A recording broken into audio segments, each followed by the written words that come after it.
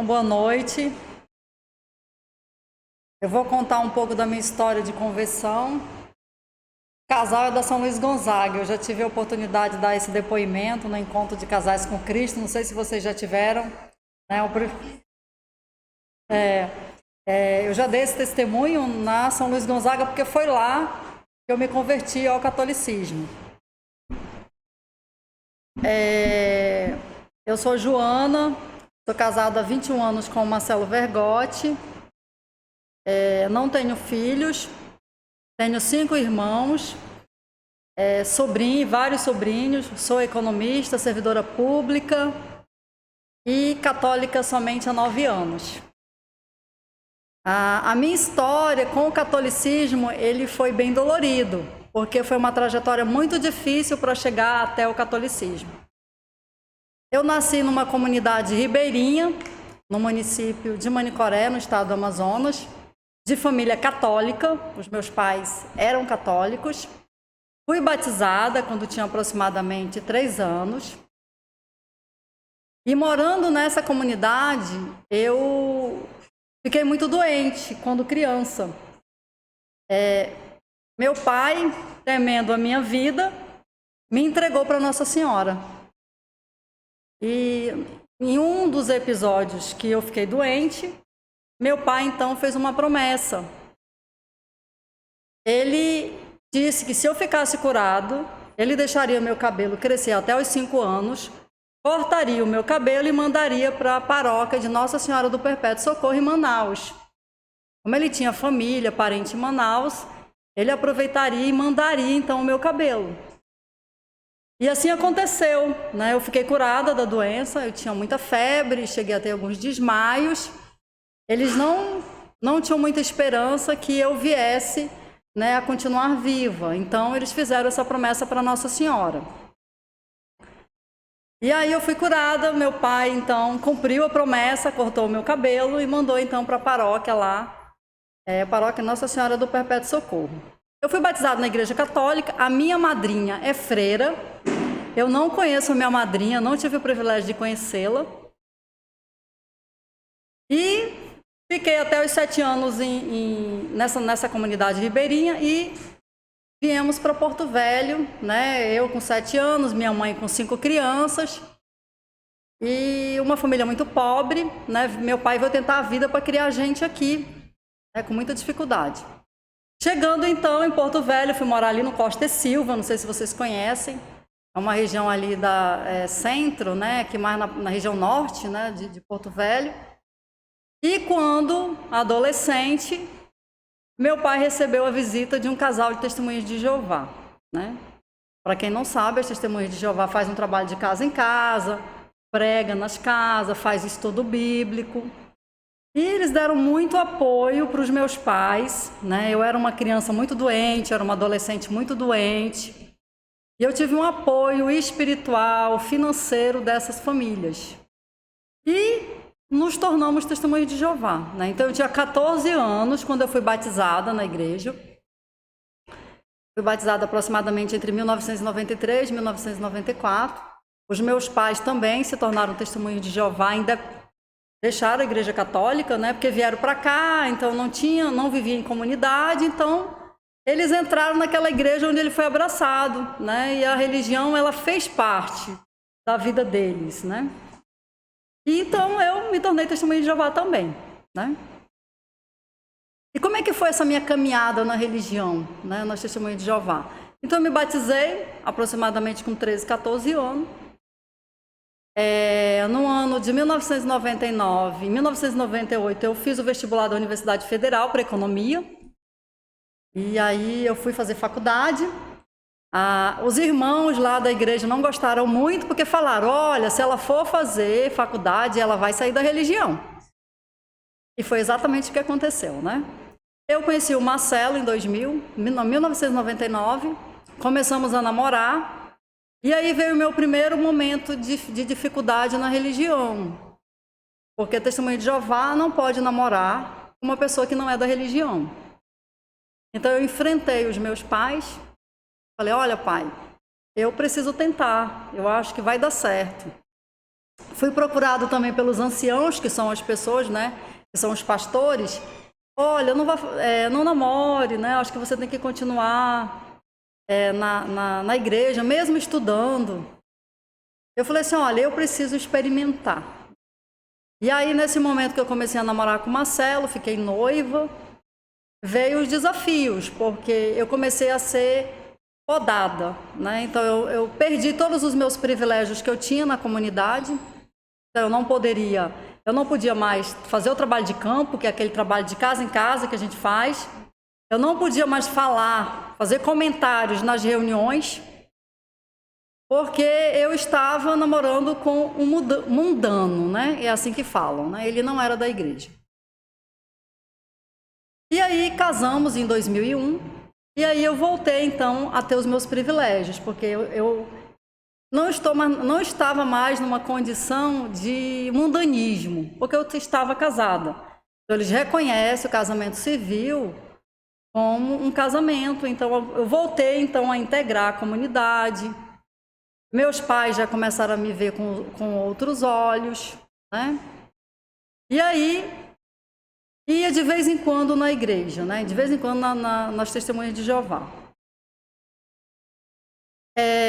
E aí, no ano de 2008, eu comecei a ter pequenos sintomas de ansiedade. Muita ansiedade. Eu tinha enjoo, né? Eu tinha vômito, eu tinha muita dor no corpo. Eu tinha medo de sair de casa. E como eu trabalhava, né, eu ingressei numa carreira pública, eu tive que fazer uma viagem para Brasília, fui a trabalho. E como eu estava numa fase muito difícil, né, de medo, de ansiedade, eu comecei a ter medo de andar de avião. E aí, nesse voo que eu estava indo, nós passamos por uma turbulência. E aí eu fiquei com muito medo de voltar. Então, eu fiquei uma semana a trabalho e na volta eu não consegui embarcar. Então, eu tive a minha mala, eu despachei a mala, mas quando eu coloquei o pé na porta do avião, eu não consegui entrar. Então, eu tive um transtorno psicótico, né? Eu peguei o carro, fiquei andando em Brasília a noite toda, ninguém me recebia no hotel, porque eu estava visivelmente abalada por conta do medo que eu estava de pegar o avião. Então, eu peguei o telefone e liguei para o meu pai. Marcelo estava fazendo doutorado em São Paulo, né? Não tinha como ele voltar. Então, eu liguei para o meu pai. Aliás, para o meu irmão, que estava na minha casa me esperando no outro dia, né? no aeroporto. Eu não consegui embarcar. Eu estou com muito medo. Eu não tenho condições de voltar. Então foi um desespero para minha família, porque a minha filha está sozinha em Brasília, não sabemos onde ela está, porque neste momento a minha bateria descarregou do meu celular. Então eu fiquei incomunicável. E o que eu fiz? Mais ou menos meia-noite, 1h, eu fui para um hotel, consegui, né, alguém me receber no hotel.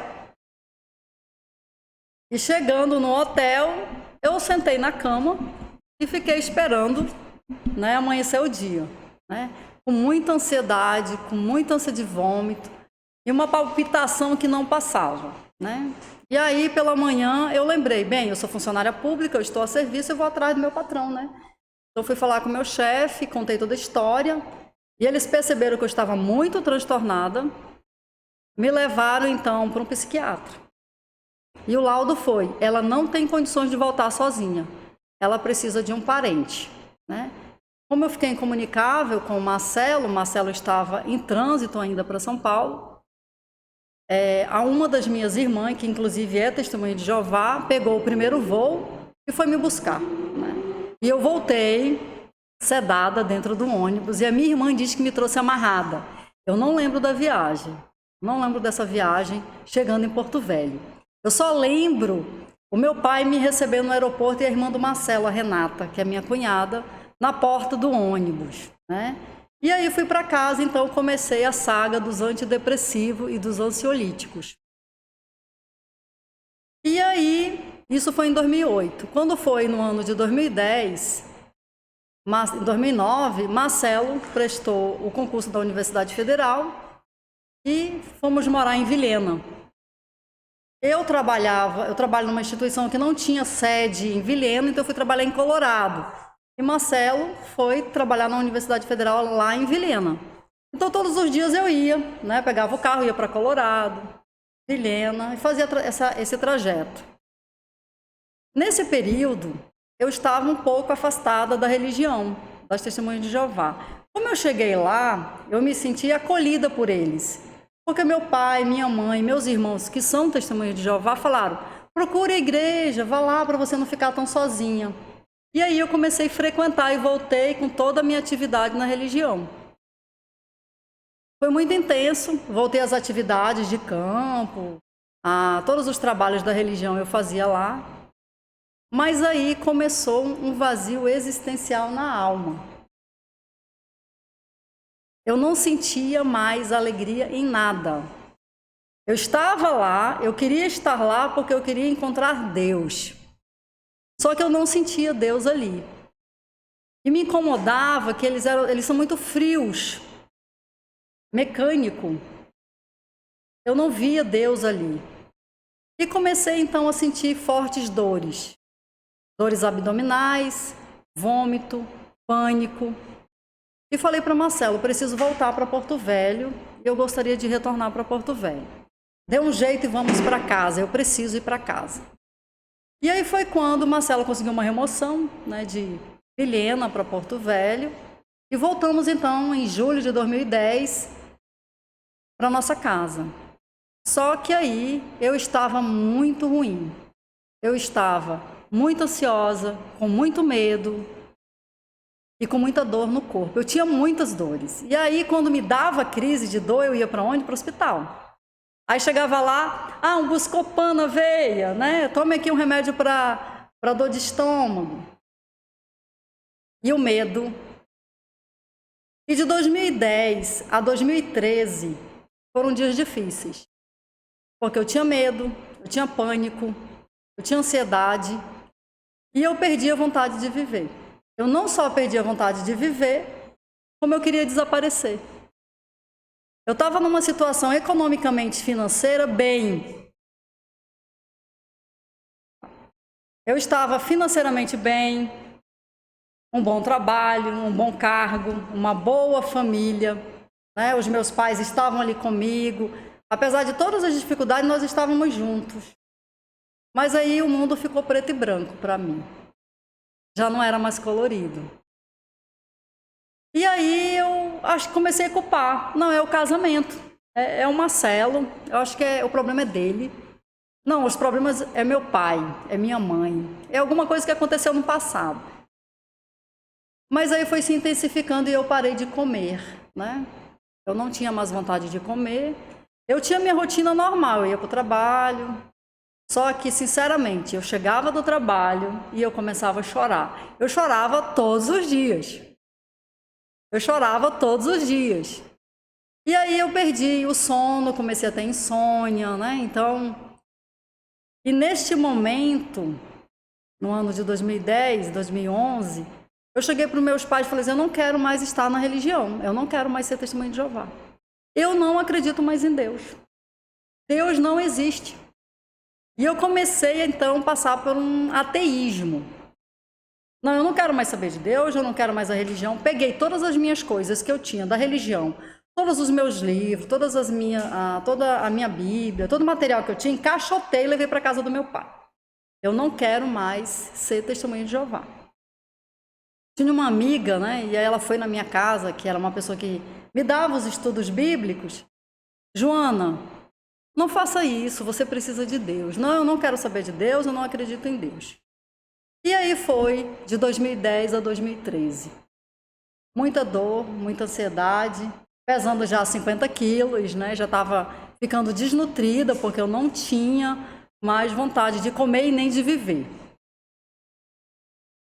E aí, nessa minha busca médica, porque eu ia no médico, todo mundo falava assim: o seu problema é falta de fazer fotografia, uma terapia. E aí, o médico resolveu me afastar do trabalho. Falou assim: olha, você está Quando foi de 2012, em dezembro de 2012, eu tive uma crise muito forte de ansiedade. Eu não conseguia mais pegar. Se eu pegasse a chave do carro, eu ficava com ânsia de vômito. Eu não conseguia mais abrir a porta da minha casa. Eu já estava ficando incapacitada para o trabalho. Então, o meu médico resolveu me afastar. Falou assim: olha, eu vou afastar você por 45 dias e nós vamos fazer um tratamento com você. Então, tá bom, vamos lá, vamos fazer esse tratamento. Você vai fazer um acompanhamento com o psicólogo e com o psiquiatra. Primeira sessão da psicóloga. Na primeira conversa, ela só disse assim: o seu problema é a ausência de Deus. E eu já assim, eu detestava falar de Deus. Tanto é que no meu trabalho, quando as pessoas falavam graças a Deus, me incomodava. Eu falava assim: Deus não existe, para com isso é coisa da cabeça de vocês. Deus não está nem aí pra gente. E aí ela me passou uma tarefa. Gente, eu ia imprimir para mostrar para vocês a tarefa que eu tenho até hoje guardada no meu computador. Mas faltou energia, né? Então eu não consegui imprimir. Tinha lá, faça leituras da Bíblia. Só que eu não tinha mais a Bíblia. E aí tá. Olha, agora você vai procurar um psiquiatra, você vai procurar fazer pilates, você vai para uma nutricionista, e você precisa se recuperar. E aí fui encaminhada para um psiquiatra, e por indicação da cunhada de Marcelo, que é minha amiga, que me ajudou também nessa caminhada, doutor Henrique. Quando eu abri a porta do consultório, imagem de Nossa Senhora, né? Aí eu já falei assim: como é que pode? Um psiquiatra que acredita em imagem de Nossa Senhora. Então, comecei o tratamento com ele, né? Com muito ansiolítico, com muito antidepressivo. Eu tomava um antidepressivo que eu colocava 7 horas da noite embaixo da língua e eu acordava no outro dia 10 horas da manhã. Então, eu não via à noite. Eu era como assim anestesiada da dor, né? Porque eu tinha muita dor. E essa anestesia me deixava um pouco insensível. Cada sessão que eu ia no psicólogo era traumático para mim. Então, todas as vezes que eu sentava com a psicóloga, falava para ela tudo que eu estava sentindo, eu sentia muita dor no corpo. Todas as vezes eu tinha que tomar Buscopan. Quando eu não aguentava, aí eu tomava o Rivotril. Colocava umas gotinhas de Rivotril e dormia, para poder a dor passar. Neste momento, como é que estava a minha relação com a minha família? Estava um pouco fragilizada, porque a minha família achava que era culpa do meu esposo, porque a culpa era minha. Então, não tinha uma boa relação com a família. E também porque eu tinha abandonado, né, a religião por um tempo, e eu estava ali como testemunha de Jeová inativa. Era uma testemunha de Jeová, mas não frequentava. Então, estava com a questão familiar bem sensível. Então, lá no início de 2013, mais ou menos fevereiro, eu fui para uma sessão que foi muito difícil, com a psicóloga. Nesse dia, eu chorei muito, senti muita dor, não tinha condição mais de dirigir, Marcela que me deixava na psicóloga e depois me pegava. Nesse dia, eu estava tão aborrecida que eu peguei a minha garrafinha com água, saí e fui a pé para casa. Eu lembro que eu passei no trabalho da minha irmã antes, conversei com ela, chorei muito e fui para casa. O interessante é que lá em casa estava morando com a gente o meu cunhado, super católico, devoto de Nossa Senhora, e todo domingo ele ia para a missa. E nesse dia que eu estava com tanta dor, com tanta ansiedade, com tanto desespero, muitas vezes eu pensei em arrumar a minha mala e pegar um ônibus da Eucatu e desaparecer. Então nesse dia eu cheguei para Marcelo, do nada, e disse assim: me leve numa missa. Eu pedi para me levar numa missa. E o irmão dele frequentava São Luís Gonzaga. E aí eu falei para ele assim: por favor, faça isso por mim, me leve numa missa. Do nada eu falei isso, e aí foi com muita dificuldade, consegui ir no domingo na Santa Missa, lá na São Luís Gonzaga. Eu e Marcelo, né? Chegando na igreja, com muita dor, com muita ânsia de vômito, já pesando 46 quilos, sem vontade de viver. Eu cheguei e já fui com os meus preconceitos. Nossa, uma igreja cheia de imagem, né? São pessoas idólatras. E aí começou a Santa Missa. E aí o evangelho era o filho pródigo. E eu não acreditei que era o filho pródigo. Porque quando eu olhei para o lado, Marcelo também estava chorando. Ele estava chorando muito. E eu também estava chorando muito, porque mexeu comigo aquele evangelho. E a missa continuou. Então veio o padre lá com o pão. E eu olhei para aquele pão. E naquele exato momento eu senti Deus. Naquele exato momento, toda aquela dor, todo aquele sofrimento, ele foi preenchido. Ele desapareceu por algum momento e eu fiquei em êxtase. Chorei muito, porque foi muito dolorido.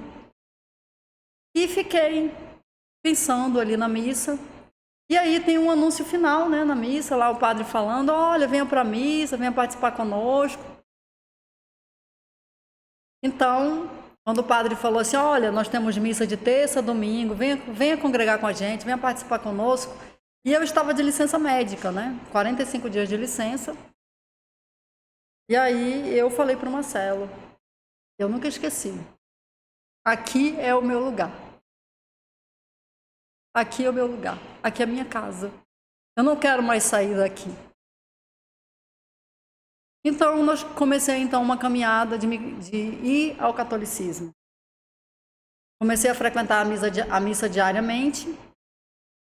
Cada missa que eu ia, eu sentia muita dor, eu sentia muita ânsia de vômito. Mas cada missa era como se eu estivesse sendo curada. Como se todas as minhas dores naquele momento estavam sendo curadas. E aí, quando foi lá para o mês de maio, os meus pais descobriram que eu estava frequentando a igreja católica. E aí eu recebi um telefonema do meu pai. Minha filha, fiquei sabendo que você começou a frequentar a igreja católica. Você sabe que nós, testemunhas de Jeová, somos contra a igreja católica, por conta das imagens. E aí eu falei para o meu pai, pai, eu quero ser católica. Eu não quero deixar de ser católica. Eu quero ser católica. Minha filha, você sabe o que vai acontecer se você se tornar católica? Você sabe que você vai perder o convívio comigo, com sua mãe e com seus irmãos. Você não vai poder mais conviver conosco. Eu só respondi assim, o que tem lá é muito maior que tudo isso. O que tem lá na igreja é muito maior que o sentimento que eu tenho. Com todo o respeito, com todo o amor, com toda a honra que eu tenho aos meus pais, é muito maior. Então resolvi oficialmente deixar de ser testemunha de Jeová. Então em maio de 2013 eu fui desligada oficialmente da igreja. E então passei por uma trajetória de não ter mais a convivência com os meus pais e nem com os meus irmãos. Né? Os meus pais, hoje a gente já tem uma relação mais tranquila. Até porque eu tenho a obrigação como filha de estar com eles, porque é dever meu, né, como filha. Tenho uma irmã que é testemunha de Jeová, ela ficou grávida, o meu sobrinho já tem mais ou menos 6 anos, eu não conheço meu sobrinho, não a vi grávida, não participei da vida dela, meu cunhado não fala comigo e meu irmão caçula também não. Então eu perdi toda a convivência com a minha família. Mas eu ainda queria algo maior. Eu não queria estar somente na missa, eu queria comungar do corpo e do sangue de Cristo. Porque foi lá que eu senti Deus, e eu precisava. Então eu fui em busca do sacramento. E aí vem um grande desafio. Como vou fazer o sacramento se eu preciso do batismo? E aí eu e Marcelo fizemos o encontro de casais com Cristo na paróquia São Luís Gonzaga, e no ano de 2013, nesse mesmo ano que eu estava afastada, estava de licença médica. E aí nesse encontro a gente teve a certeza, eu tive a certeza que eu deveria virar católica, que eu tinha que me tornar católica. Então fomos em busca do sacramento.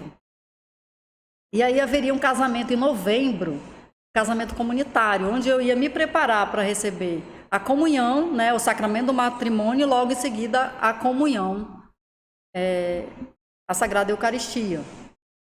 E aí foi um grande desafio, porque a minha mãe disse que não apoiaria o meu casamento, e o padre pediu que eu tivesse que provar que eu era batizada na Igreja Católica. Como a minha comunidade, que eu nasci, era uma comunidade ribeirinha longe, eu não ia conseguir essa documentação a tempo. Então eu conversei com o meu pai. O padre disse, traga seu pai ou sua mãe. Se eles declararem que você é católica, você casa e você recebe a comunhão. E aí, fui na casa do meu pai, né? Pai, né? Assim com a cara, né? Meio deslavada, deixei de ser testemunha de Jeová, quero ser católica, mas eu quero ser católica mesmo, né? Eu quero receber o sacramento. E aí minha mãe disse, em hipótese alguma você vai casar na igreja, se depender de mim você não casa. E aí eu fiquei insistindo, aí meu pai, se for para sua felicidade eu vou lá e atesto que você é católica. E aí meu pai, né, foi comigo, fez uma declaração e disse que eu era católica. Então, por conta dessa declaração, eu me casei em 23 de novembro de 2013 na Igreja Católica e recebi pela primeira vez o meu sacramento da Sagrada Eucaristia. E como é que ficou então a minha depressão? Cada missa que eu assistia era uma cura para mim, foi uma cura. Então eu voltei no médico em novembro de 2013 e ele disse para mim, você está curada, você não precisa mais tomar nenhum antidepressivo. Porque eu fui perdendo o medo, fui perdendo a ansiedade, eu perdi o medo, a síndrome do pânico acabou, não tinha mais pânico, conseguia dormir bem, e ele foi desmamando, é assim que eles falam, né? Vai desmamando a medicação. E aí eu tive meu desmame em dezembro, e quando foi em janeiro de 2014, eu fui oficialmente, né? Peguei alta do meu psiquiatra que eu estava curada da depressão. Eu tive uma trajetória de 10 anos de depressão, com muita dor, com muito sofrimento e com muita angústia. Eu só precisei me entregar e ir ao encontro do Nosso Senhor. E lá eu fui curada. Então tem 9 anos que eu não sei o que é essa tristeza, o que é essa dor. Tem 9 anos que eu não sei o que é tomar um antidepressivo. Romper com a família foi muito difícil para mim. Só que eu sempre pensei no algo maior.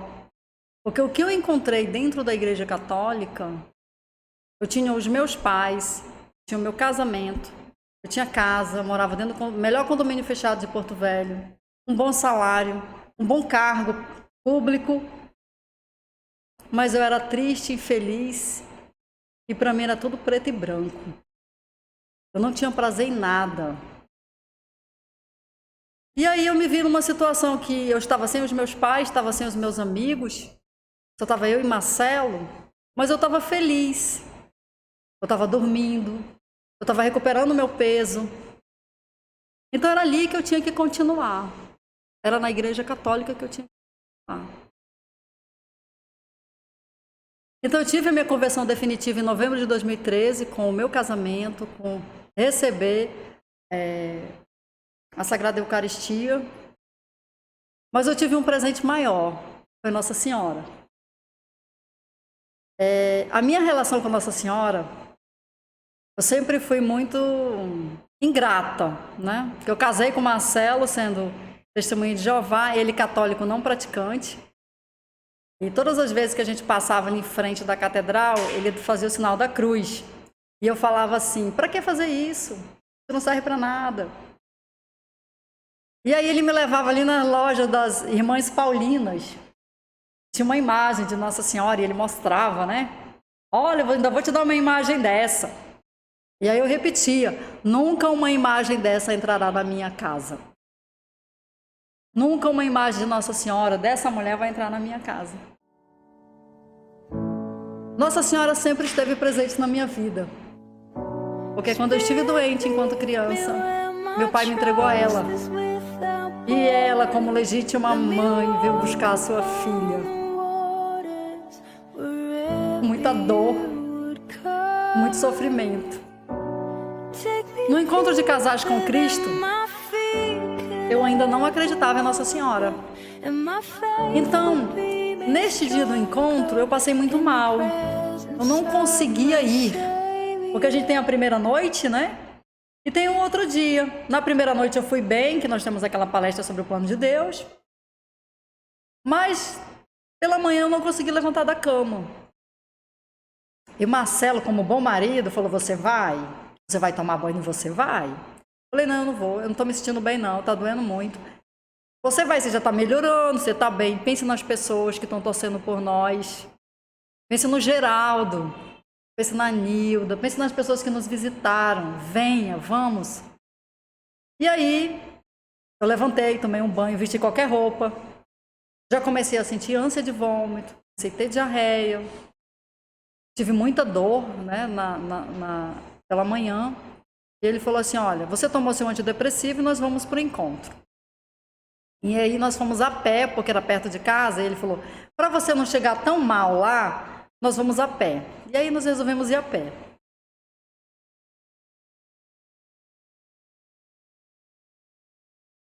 E aí, quando eu cheguei lá, tinha uma celebração com velas na capela, e eu não conseguia entrar na celebração, né? Gente, desculpa, mas infelizmente não tem como. Não, relembrar dói mesmo, né? E aí teve uma das palestras, eu estava sentada, e aí começou assim, cubra-me com seu manto de amor. E entrou a Tati e o Armando com a imagem de Nossa Senhora Aparecida.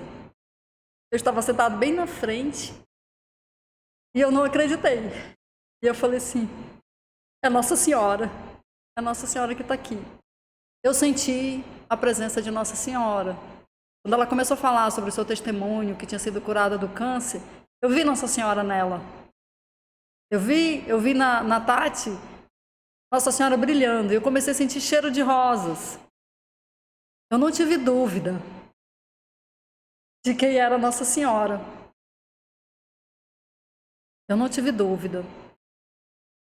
E Nossa Senhora também, ela foi responsável pela minha cura, porque eu entrei na igreja, eu saí da depressão, mas eu não conseguia voar. Eu não conseguia pegar o avião, né? Fiz terapia, fiz tudo, não consegui. E aí eu fiz uma promessa para ela. Se você deixar, se eu conseguir voar, eu vou no santuário acender uma vela para a senhora.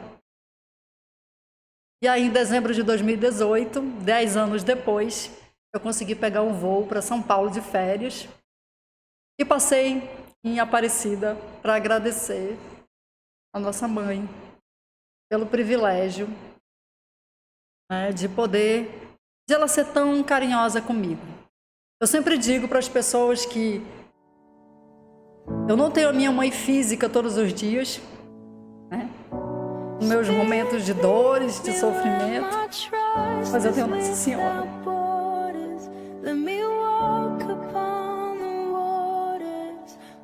E aí, para finalizar,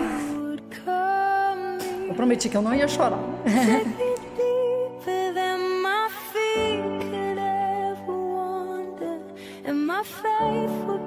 Então eu tive a experiência de sentir o céu quando eu me tornei católica.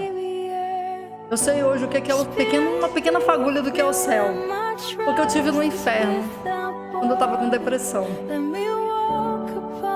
E aí eu gostaria de parafrasear para vocês um texto que para mim é perfeito.